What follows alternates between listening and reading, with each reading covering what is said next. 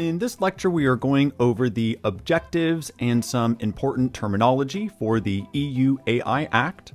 We will start with the objectives of the legislation. We will look at scope and scope exceptions, and then we will define two very important terms, AI system and GPAI model. The EU AI Act has several high-level objectives. Those include ensuring the development and deployment of artificial intelligence that is safe, trustworthy, and transparent, and also respects fundamental rights. The AI Act aims to provide certainty that enables innovation, prohibits some AI practices, and places obligations on AI operators. I believe we've come across the term AI operator before. AI operator here can broadly be understood as all of the different actors involved in the AI supply chain. There are a number of actors. They each have their own set of sometimes overlapping obligations, and we will cover all of those in detail, what you need to know for the exam later on in this series. The scope of the EU AI Act is extraterritorial. If you are familiar with the General Data Protection Regulation, which we've already gone over, the EU AI Act is extraterritorial, just like the GDPR. For the EU AI Act, that means that it applies to providers and users in the European Union, providers not in the European Union, but their product is in the European Union, and operators outside of the EU who are producing outputs to be used in the EU. So the scope is very broad. Organizations that may be accepted from the EU AI Act include military and national security organizations, non-professional organizations, open source AI software that is non-high risk and not prohibited, public authorities in third countries and international organizations, and research and development for non-commercial, public, and private reasons.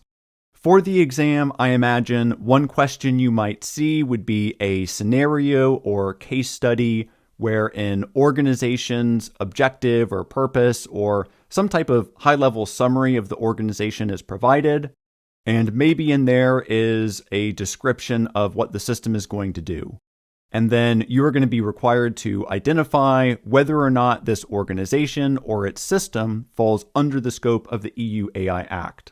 Well, if it's a military organization or a public authority, then they would be exempt from the EU AI Act.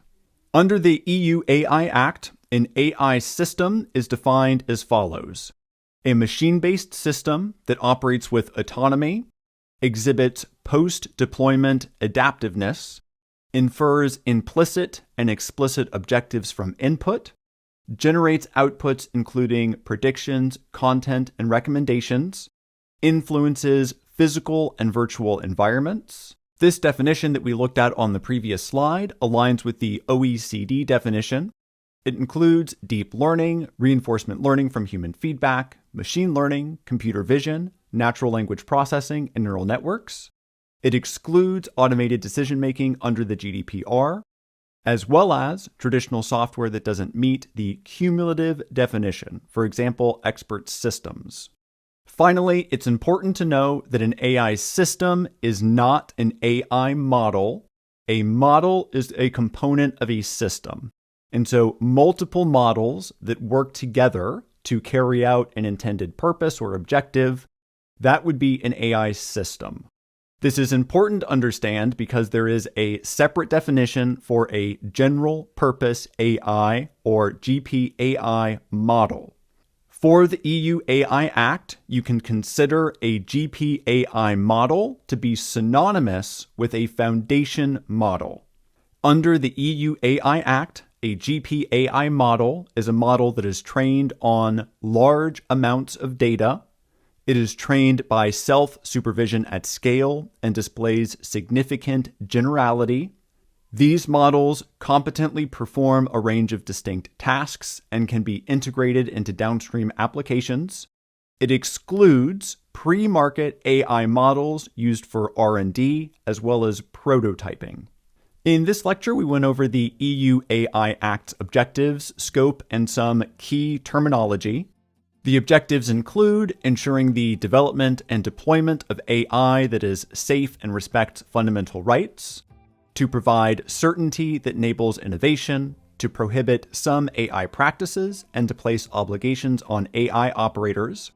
The scope of the EU AI Act is extraterritorial. It's important that you understand the types of organizations that this applies to.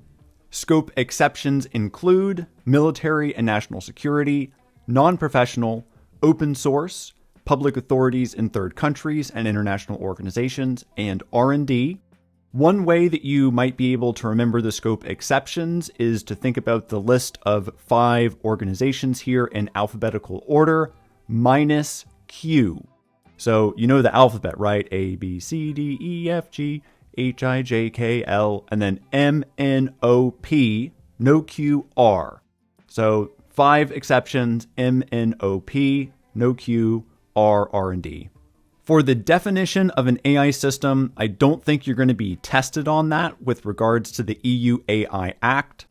I've provided that here just so you know that it is defined in the EU AI Act and that it generally overlaps with the OECD definition. I think the main thing to take away regarding these two definitions of an AI system and a GPAI model is that a system is not a model. You may see a description of a GPAI model, a definition on the exam, for example, and be required to identify that, hey, this is a GPAI model as opposed to an AI system. And again, GPAI models under the EU AI Act are models that are trained on large amounts of data, trained by self-supervision at scale.